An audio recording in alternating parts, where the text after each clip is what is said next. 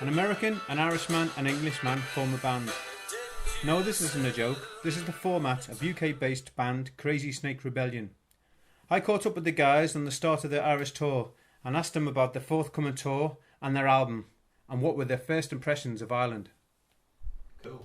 We love it. It's the scenery driving down here from the Dublin ferry was beautiful.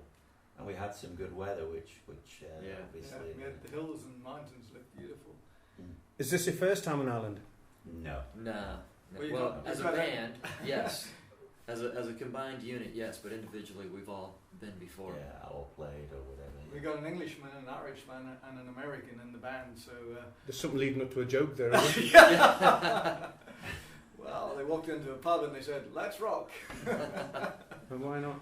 Can we have a name check? You're Doug, obviously. Yes, I'm Doug, yeah. Doug on guitar and vocals. Yes. Then we have Rocky I'm on bass. Yeah, that's right. And And Ian on drums. That's correct. Okay, I got that right then. You have. Yeah. Absolutely. When did the band form, lads? About 5-6 months ago, we started writing it and working arrangements out, and it developed from there. The weird thing is that we both lived in Athens, Georgia, at different times. America, yeah. Yeah. So Home of REM. I worked for REM. So it was. It was quite. So quite so a good when experience. Rocky and I first met, we realized we had mutual friends. Mm. Although we'd lived, in Athens at different times, but we were kind of involved in the same circles. Okay. So it was kind of almost Yeah, like fate. We was old homework really when we got together, and everything seems to have happened quite quickly. Our manager took us on. It's just snowballed. There's quite a big deal on the table in the States for us, and the gigs are coming in all over. I mean, yesterday we got word that we got a big one in Dubai, but it's just crazy the way it's coming in left, right, and centre. And you have an album for release in September. It's a bit behind schedule. Yeah. We kind of figured that it was more important to get the quality right, because if it's our first album, we want to make sure that what we put on that is something that we won't regret later down the line. So we've worked hard just to make it sound right and to make sure that all the parts that we've recorded are accurate and as we want them to be. I got a sampler from your management there. I really like that Rock and Roll Suicide. It's a real catchy. Yeah. Oh, good. 3-minute I number. want to see you dancing tonight to it. The old knee might give me a bit of jip, but I'll be nodding my head. That's one of our favourite songs. We'll take it. Yeah. Yeah. And were you playing over in Georgia in bands before, in Athens, Georgia? Yeah. I played with a band called the Cogburns, and we did a small UK tour, which is kind of how I ended up moving over here, and that's how I met my wife. Okay. But before that, just various different bands. I had a band called Naked for a while. Played in a band called Twain, which is a very roots rock Americana type thing. Worked for Vigilantes of Love, who Bob Harris was a big fan. Bob Harris, okay. Yeah. Whistling Bob Harris. Yeah. Okay. Yeah, we had lunch at his house. Oh, brilliant. Yeah, back in 2000. It was great. Of course, And what's the difference between Athens, Georgia, and say Leeds in England? Well, Athens is pretty much solely survives on the university, whereas Leeds has its own kind of industry as well, financial district. I mean, if you took the university away from Athens, it would be just another small town in America. But it's 150,000 students there. It's the University Something of Georgia. like that, yeah. And you don't see Michael Stipe occasionally walking down the street in Leeds. To his vegetarian restaurant. Yeah. I think Leeds is a hotbed of good musicians. I think there's a lot of very talented people around. And I also happen to feel that that's a strong influence for anyone. If you're going out there and you're actually watching other bands play, other musicians, then it kind of influences how you play and what you want to produce. What are the sort of, apart from yourselves, the up-and-coming bands from Leeds at the moment? That's a good question. That is a good one. Yeah. There's a band, yeah. It's late in the evening, listening, Yeah. so and the lads are tired after a drive. So I think that the thing is, it's not specifically bands, but it's the quality of the musicians that are out there generally. We did a warm-up show in Leeds, and one of the other bands was Argentinian, and there was the band Food. from Leeds. What were they? Hospital Food. And they were really good. Sort of a Post-punk. post-punk band, and but I think it's the general calibre. But I mean, I think that's true worldwide. There's a lot of talented musicians out there. what would be your sort of influences? Stella. Does it every time, yeah? Yeah. I hope we get some money for that advertisement now. There's a lot of influences from, say the Stones and Zeppelin to the Who to ZZ Top, even a lot more and modern country stuff. music. Yeah. I mean, I grew up listening to a lot of Johnny Cash and Willie Nelson, Mm-hmm. and the '70s country, which would have been, like all the truck driving songs and. Well, I think when you live in the south, you cannot help but hear that type of music. Yeah. But then I also, I was hearing stuff like Joan Jett and a lot of the rock bands and stuff from, much further north from where I grew up, and there's just so much music out there. There's from every decade of the past 5 or 6, past 50, 60 years worth of music. There's so much stuff that it's hard to say that this is a definite influence, that's a definite influence, because it all influences. Well, yeah, I mean, if your ears are open, you're going to hear things and you're going to take it in to some level, some degree. And what sort of knowledge would you have of Irish bands? You too. Well, Phil. Who are they? They're fairly big. Lizzie would probably. Yeah. I mean, Phil was. There's the Pogues. Just an Pogues, incredible yeah. man. Cranberries is the home Limerick home. Yeah. Cranberries Oh, are okay, yeah. Yeah. I knew they were Irish. Yeah. Didn't Horse realize it lips. was far. Oh, I Horse love lips, yeah, I Horse mean, they Lips. go back, yeah. I went to see them in Belfast when I lived in Belfast back in the 70s, late 70s, and what a fantastic band. I've got to say, the one thing that I heard was these guys kind of walking up the street, all wonderfully dressed in 70s attire. Bell And bottoms. saying, bell bottoms, furry jackets, and Yeah. all the rest of it, sheepskin. And they were saying, we can go in and see that band in there. And everyone was kind of looking around because they were being quite raucous about it. And then we all kind of realised after the past it was actually Horse Lips walking by outside to see what sort of crowd they were filling at the And was it the Ulster late 70s you were in Belfast, was it? Yeah. So that was the height of the punk movement as well, then, was it? Yeah, it was, Stiff very little much so, yeah. fingers and Yeah. the And At undertones. that time I worked with a band called the Bank Robbers. Okay. And they actually got into trouble with the Bank of England because we were kind of producing counterfeit banknotes with the Bank Robber logo on it, and all the press at the time were quite taken with the story because one of our members got arrested and kind of flown off to London. But they were quite a successful band and got a contract with the EMI at the time. Wow, brilliant. And going back to the tour now, this is the start of the tour in Limerick. You're then heading to, is it Galway you're going to next? Clonmel. Clonmel. Okay. Yeah, That's yeah, South then Tipperary. Galway, then Dublin. Then Dublin. And then from way back to England, is it? Back to England, then we're back in the studio to finish the album. Then we're in the northwest of England. We'll pretty much play northwest, then down into Wales and the West Country, back up to Yorkshire to do some shows, then to Holland, and then we go to the States. Okay. Yeah. How That's big is coast the to coast. States tour? Coast to coast, yeah? It's coast to coast. First shows in Rochester, New York State, then I think where it is, somewhere in Jersey. Clinton, is it in Jersey? Yeah, I think it is. Yeah. Clinton. Tennessee. Then New York City. Yeah. Then down to Virginia, Carolina, Nashville, and then Nashville across into LA. We'll be there for about 2 weeks. 2 weeks, yeah. And it's just the three of us, or will there be road crew and There management? will be road crew. Road crew Yeah. with us. No, we escape from the manager. He keeps us in line too much. And do you carry your own PA system, or is that all laid on when you get there? It's generally laid on. Okay. I mean, some of the shows that we're doing, we're renting in, but generally most of the venues have their own systems. Most of the backline's provided for us, so literally I carry a pair of drumsticks, these guys carry their guitars, and that's about it. That's how it should be, isn't it? Yeah, exactly. Yeah, well, it's down to endorsement deals, so the game mysteriously materialises at the first show, and then we have to disappear it at the end, but at the end of the last show. Yeah, we have to give all the good gear back. But it helps with the economics and the logistics of it, not having to ship over to the US or.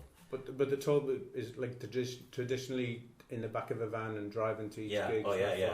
That's exactly how it is, and I mean, pretty much it's the old way, getting out there and playing in front of people and building the reputation. Yeah, like you'll be doing here tonight and we That's really hope so. It's kind of like paying your dues all over again.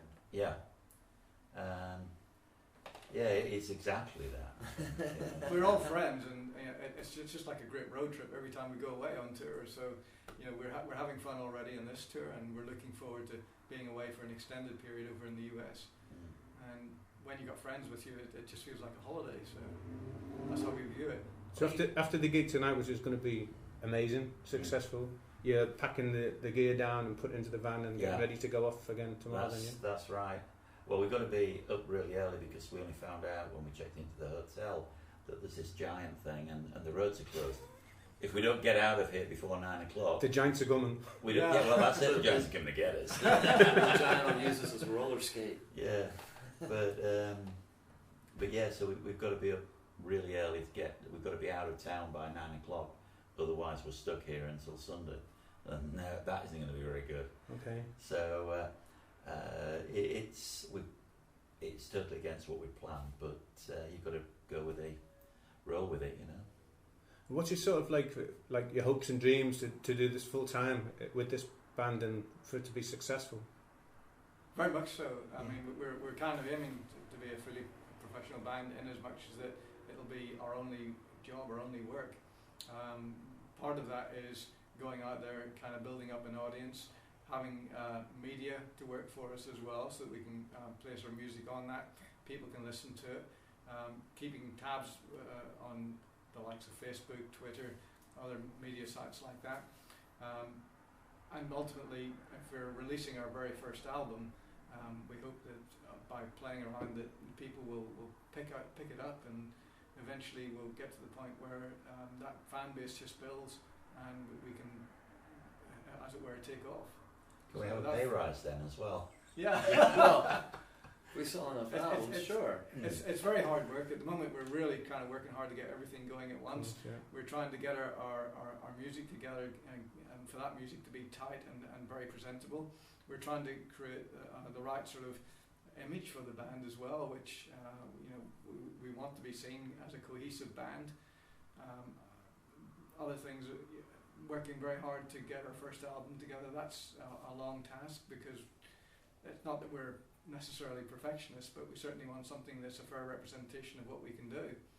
And the other thing, of course, is trying to organise all of these tours at the same time, and also to write new material, because we recognise that once the first album is selling well, that we're going to be expected to follow that up.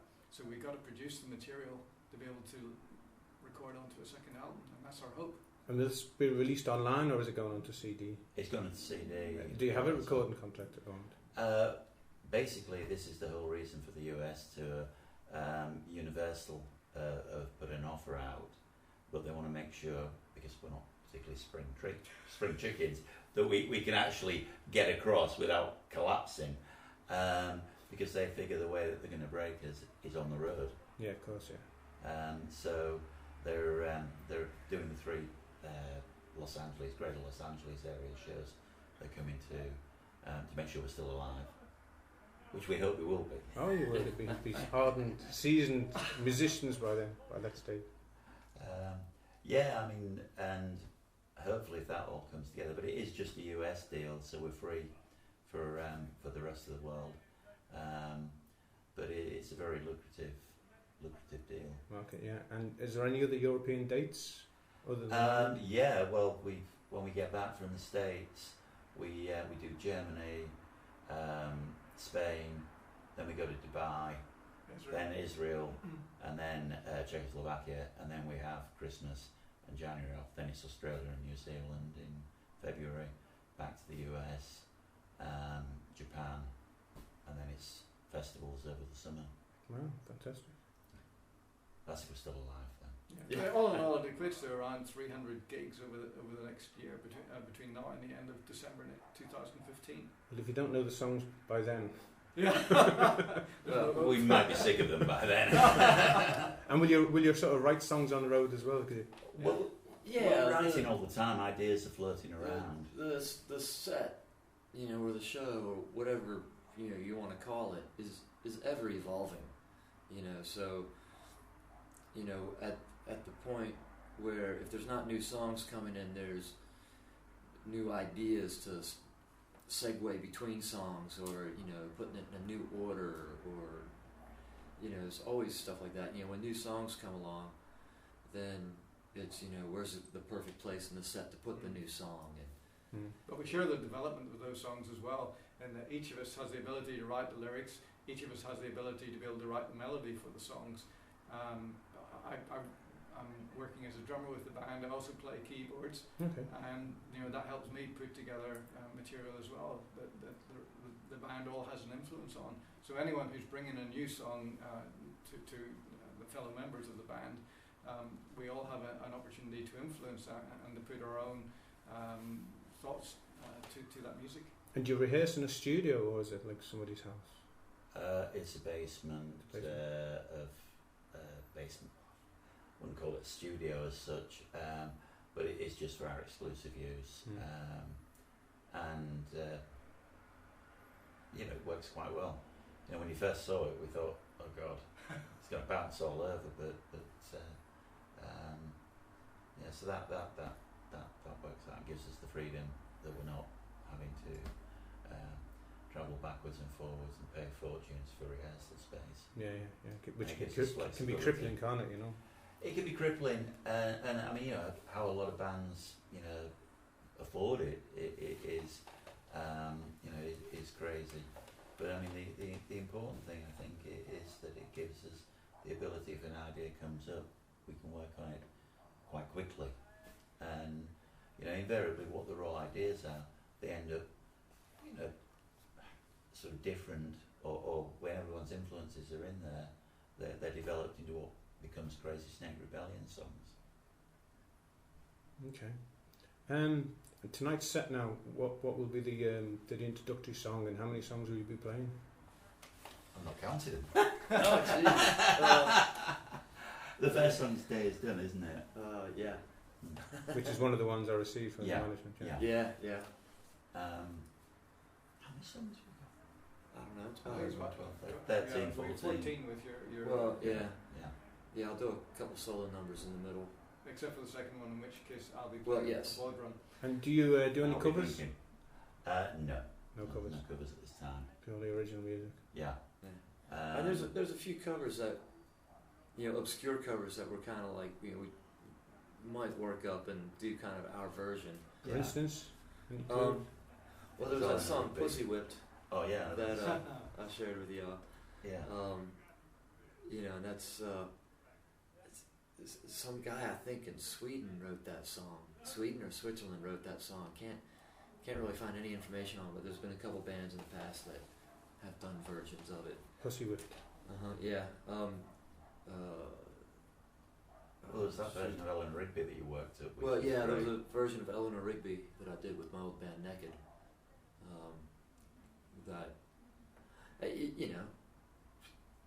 I've had people who weren't Beatles fans say they actually like that version of that song. It is what it is. It took me a long time to find a band that would actually play it with me, and when we did, we had a pretty good version of it, I think. Yeah, I think it was excellent. Yeah. Well, thank you, Rocky. My Okay, pleasure. guys, listen, it's been great talking to you. I'm looking forward to the gig tonight. I hope it's going to be a success, and I know you're going to be back. Thanks very much, guys. Thank you. Take care.